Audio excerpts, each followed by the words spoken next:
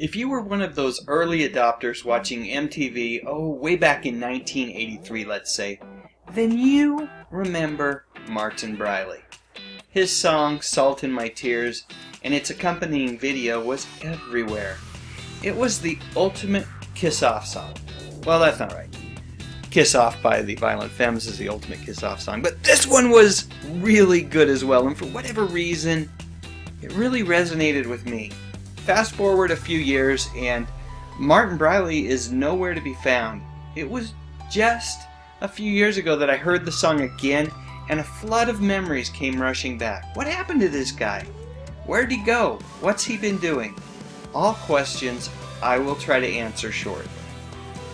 So this was my first Martin Briley album. It wasn't his first. He'd released one other on Mercury Records a couple years earlier. But this was the one with Salt in My Tears on it. And as I contemplated buying the album, I will admit that the cover art did a pretty good job of persuading me that I should add it to my collection. That said, once I got the thing home and gave it a listen, I realized that the value contained went far beyond one-hit single and some interesting artwork. All of the songs were great.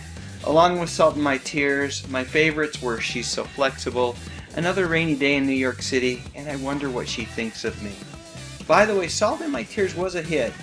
It was a minor one. It barely cracked the top 40, stalling at number 36. The video, however, for Salt in My Tears was on heavy rotation on MTV. During the song, Martin sits on a couch while his ex and her lawyer, along with a couple of movers, pretty much take everything in the apartment.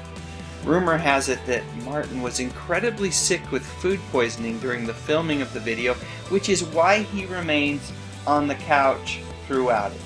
Whatever the reason, his casual ambivalence to the mayhem going on around him really works for this video. There is a version of it on YouTube. I'll put a link in the upper right hand corner. I wish it were a little better quality resolution wise, but it's the best that we've got at the moment. So I mentioned that Martin just seemed to disappear. Well, that's not exactly right. He had been contracted for 3 albums with Mercury Records, and after the success of the second one, expectations were pretty high for the follow-up. So Martin was prepared with legendary producer Phil Ramone. This is a guy who's worked with Billy Joel, James Taylor, Stevie Wonder, and Olivia Newton-John, just to name a few. Unfortunately, the pairing wasn't a good one. Regardless of the talent involved, some partnerships just don't work. Martin said it best and most diplomatically when he just said that they had different ideas. The third album did not yield a real hit, and it quickly disappeared.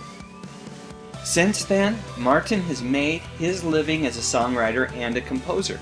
He has written for many well-known musicians, including Celine Dion, NSYNC, Michael Bolton, Kenny Loggins, Pat Benatar, Barry Manilow, and even Night Ranger. Yes, his songwriting skills are that diverse. His 2 albums, well, they are long out of print, and if you can come across one, you can sell it on eBay for a pretty penny. While big-time fame eluded this talented individual, he has been able to make a career doing the thing that he loves best, music. So that's it. You guys know the drill. Let me know what you think in the comments section below. I truly love to read your comments and learn more from each one of you. As always, I'd love a thumbs up, and I would be honored if you would consider subscribing to my channel. But most importantly, thank you so much for watching.